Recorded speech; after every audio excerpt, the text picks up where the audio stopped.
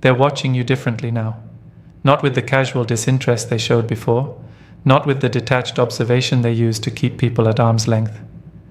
Something has shifted in their gaze. There's a tension there, a confusion, maybe even a hint of fear. You've stopped doing the things they expected. You've stopped reacting the way they predicted. You've stopped playing the role they unconsciously assigned you in their psychological drama. And now the avoidant is experiencing something they rarely feel, the unsettling recognition that they don't understand you, can't control you, can't predict your next move. This realization is tearing through their carefully constructed worldview like lightning through a clear sky. Because avoidants build their entire sense of safety on their ability to manage distance, control outcomes, and predict how people will respond to their withdrawal. But you've become unmanageable, uncontrollable, unpredictable.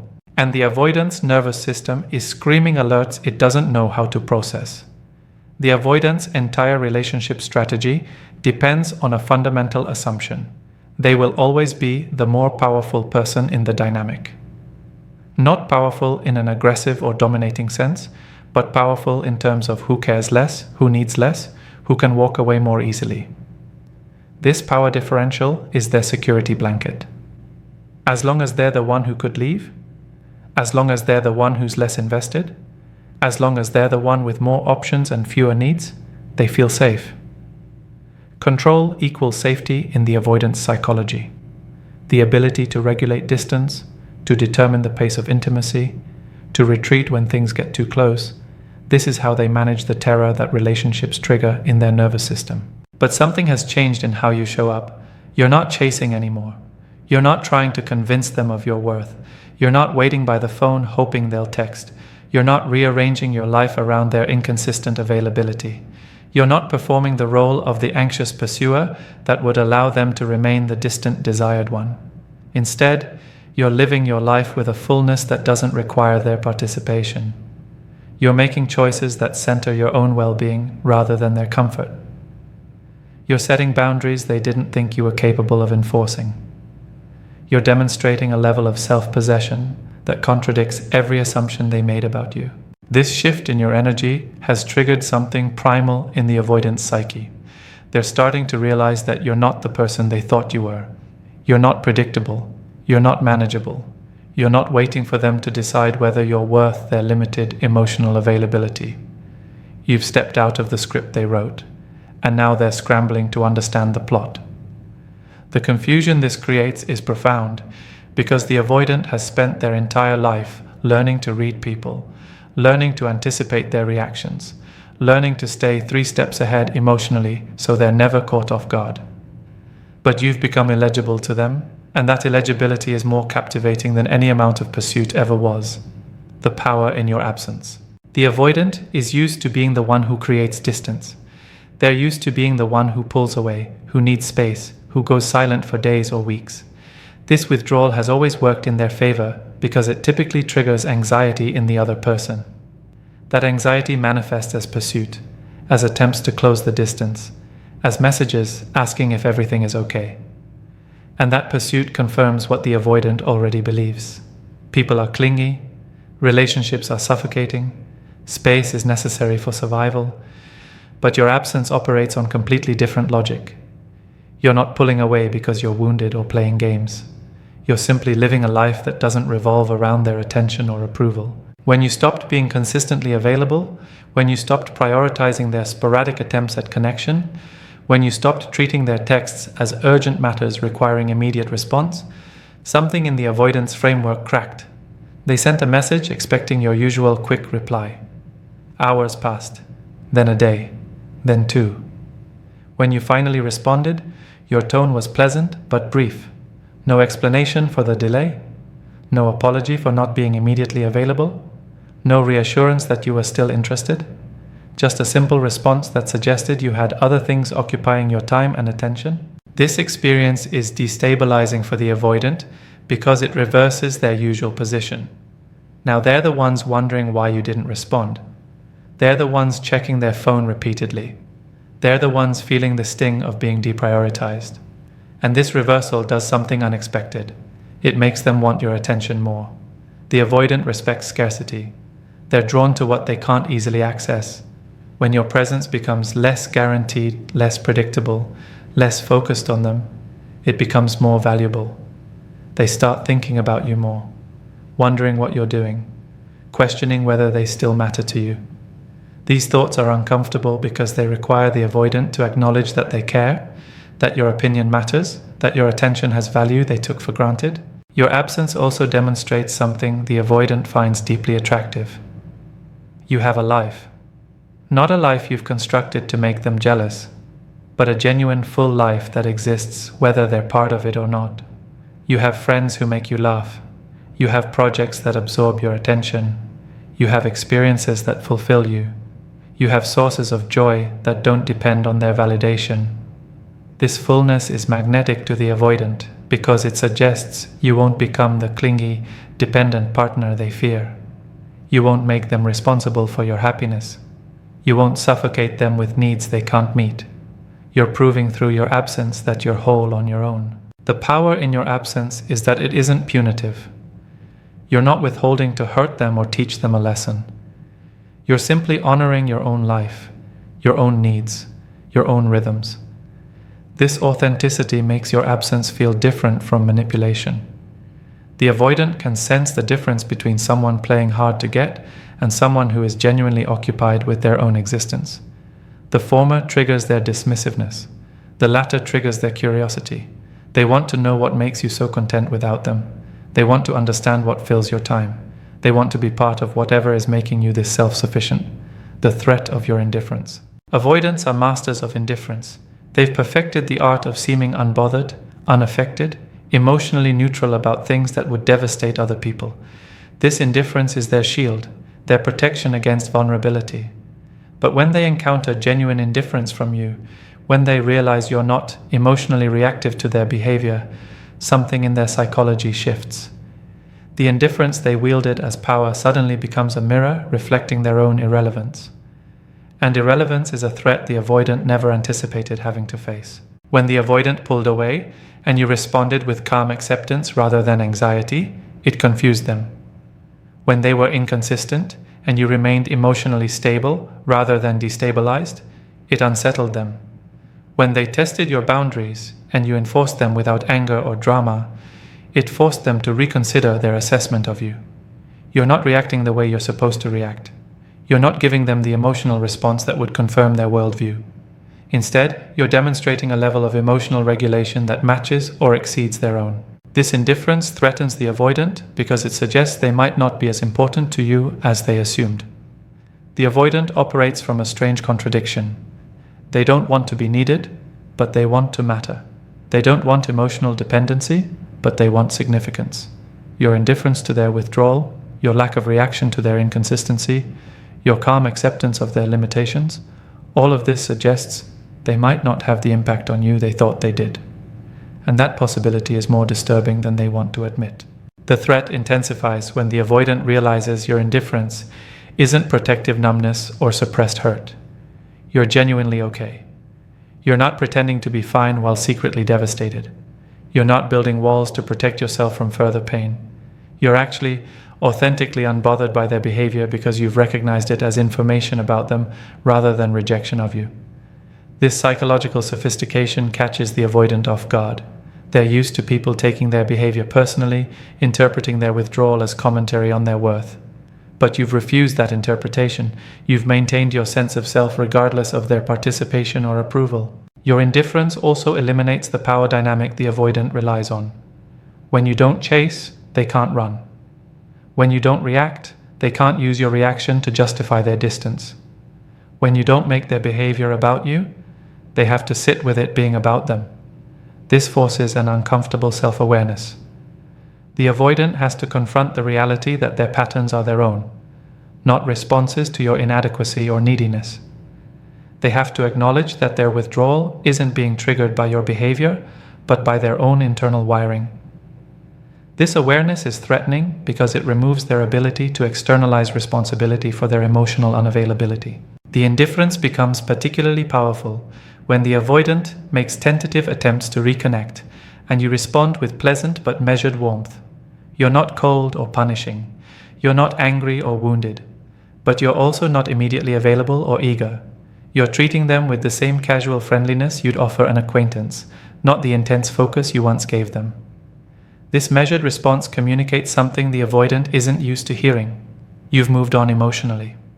Not to someone else necessarily, but to a place where their presence or absence doesn't determine your emotional state. And that realization hits them with unexpected force. The unpredictability of your boundaries. Boundaries are foreign territory for most people in the avoidance life. Usually, people either have no boundaries, allowing the avoidant to come and go as they please, or they have rigid walls that the avoidant can easily dismiss and walk away from. But you've developed something more sophisticated, flexible, firm boundaries that the avoidant can't map or predict. Sometimes you're available and warm, sometimes you're busy and distant. The pattern isn't random, but it's not based on their behavior or their needs. It's based on your own capacity, your own energy, your own authentic availability in any given moment. This unpredictability in your boundaries is deeply unsettling to the avoidant. They can't figure out the formula. They can't determine what behavior from them will result in what response from you. When they reach out, sometimes you engage fully. Other times you respond briefly and return to whatever you were doing. When they pull away, sometimes you seem to notice and give them space. Other times you don't seem to register their withdrawal at all because you're absorbed in your own life. The inconsistency isn't game playing, it's genuine responsiveness to your own internal state, rather than reactive behavior based on their actions. The avoidant realizes they can't control your responses through their behavior. This is a profound loss of power for them. Usually, they can predict exactly how their withdrawal will affect someone. Usually, they know that if they create distance, the other person will pursue. If they're cold, the other person will try harder to warm them. If they're inconsistent, the other person will become anxious and clingy. But none of these formulas work with you anymore. You've stopped being reactive and started being responsive, and the difference is making the avoidant's head spin. Your boundaries also communicate self-respect that the avoidant finds simultaneously threatening and attractive. When you said no to plans that didn't work for you, when you didn't rearrange your schedule to accommodate their last-minute availability, when you ended conversations that were draining your energy, you demonstrated that your well-being matters more than their comfort. This is radical to the avoidant. They're used to people sacrificing their own needs to maintain connection. They're used to people tolerating poor treatment to avoid abandonment. But you're showing them that you'd rather be alone than accept connection that compromises your peace. The unpredictability of your boundaries also means the avoidant can't take you for granted. They can't assume you'll be there whenever they decide they want attention. They can't count on you being available just because they've decided to reach out.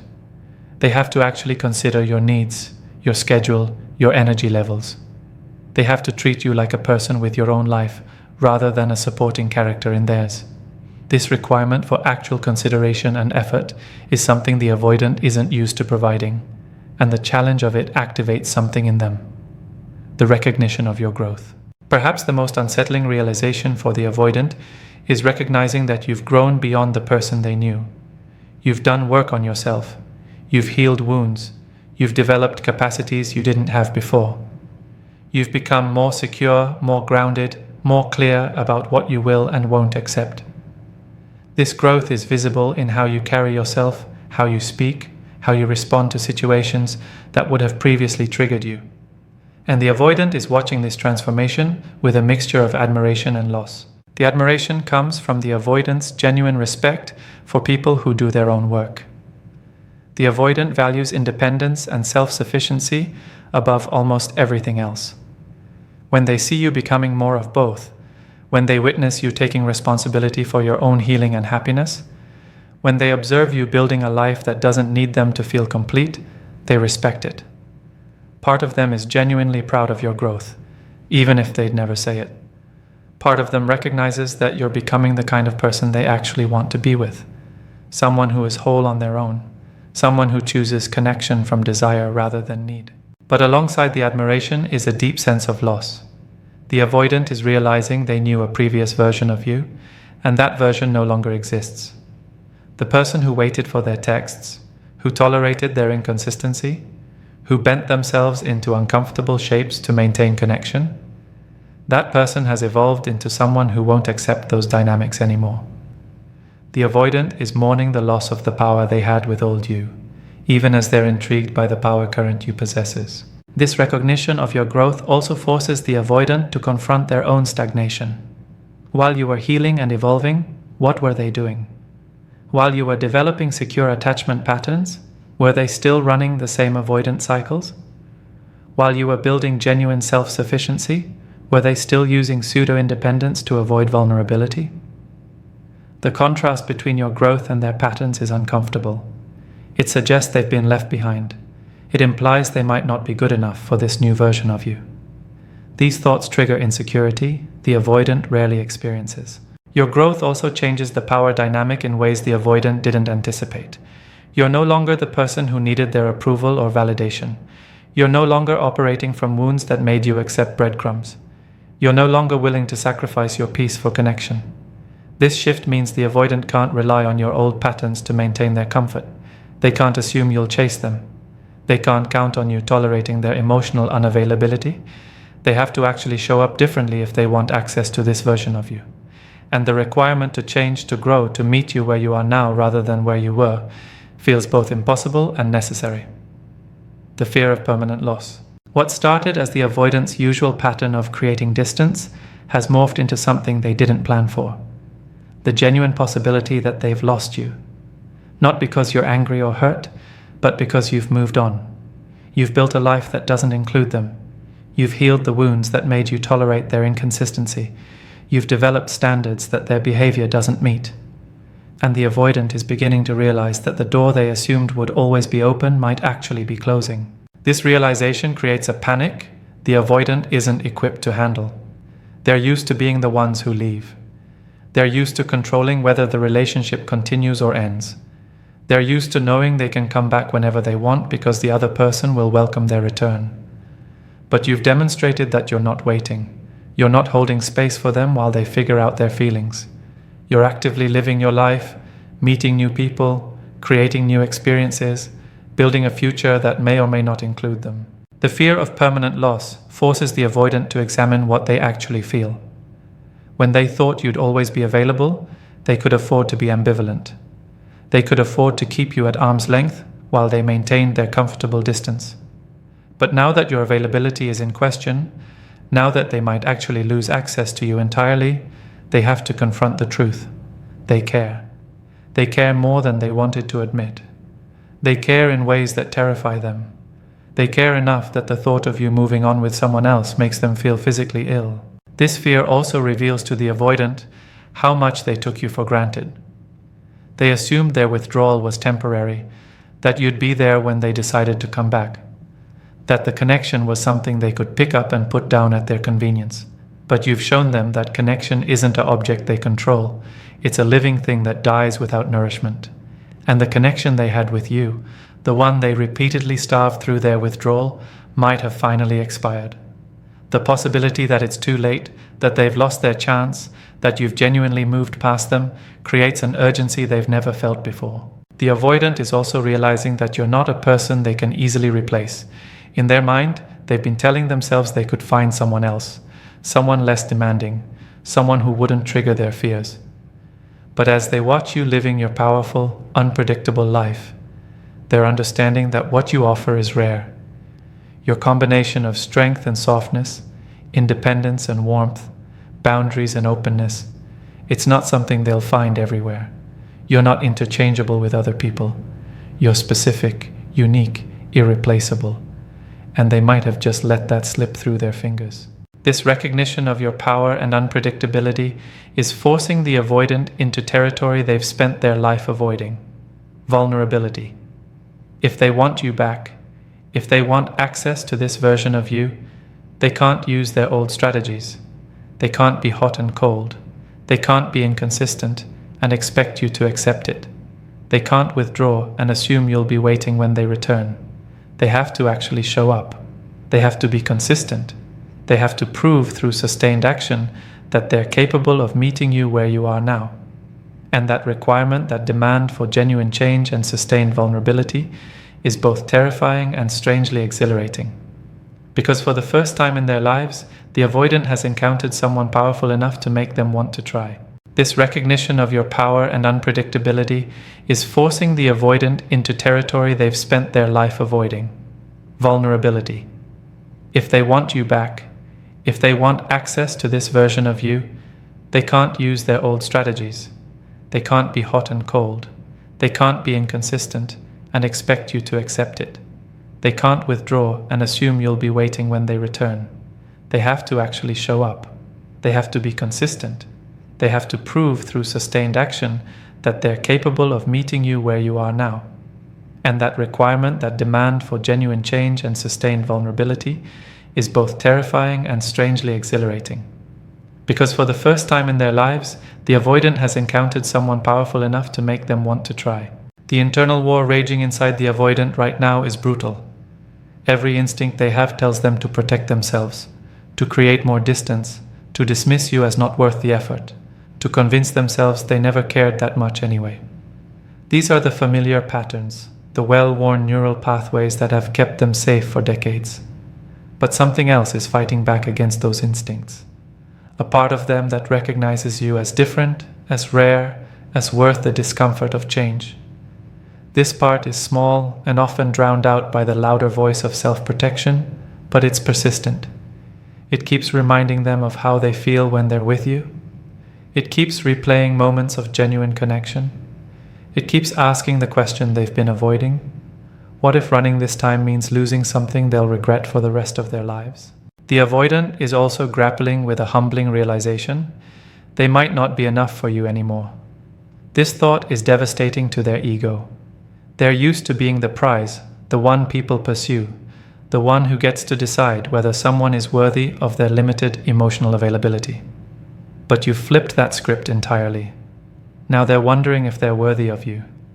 They're questioning whether they have what it takes to meet your standards. They're doubting whether they can sustain the consistency and presence that connection with you now requires. This self-doubt is foreign and uncomfortable, but it's also forcing them to consider growth they've avoided for years. What makes this moment so pivotal is that the avoidant is standing at a crossroads they can't ignore.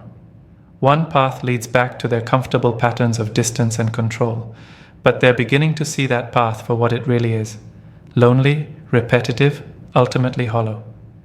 The other path leads toward you, toward genuine vulnerability, toward the terrifying possibility of real intimacy. This path requires them to dismantle defenses they've relied on since childhood. It requires them to feel things they've spent their life numbing. It requires them to need someone, to admit that need, to risk the devastation that comes if that need isn't met. The power you now hold isn't something you took from them. It's something you claimed for yourself by refusing to diminish yourself for their comfort. You stopped making yourself small to make them feel big. You stopped accepting scraps to make them feel generous.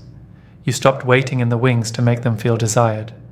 And in reclaiming your power, in becoming unpredictable and whole and unavailable on their terms, you've created the only conditions under which the avoidant might actually transform. Because the avoidant doesn't change when someone begs them to. They change when someone shows them, through lived example, that there's a better way to be. They change when the cost of staying the same becomes greater than the fear of growth. They change when they meet someone powerful enough to make them believe that love might not mean annihilation after all. And whether they ultimately choose to do that work, whether they rise to meet you where you are, remains to be seen. But one thing is certain: they will never forget you, and they will measure every person they meet against the standard you set by simply refusing to be anything less than fully, powerfully yourself.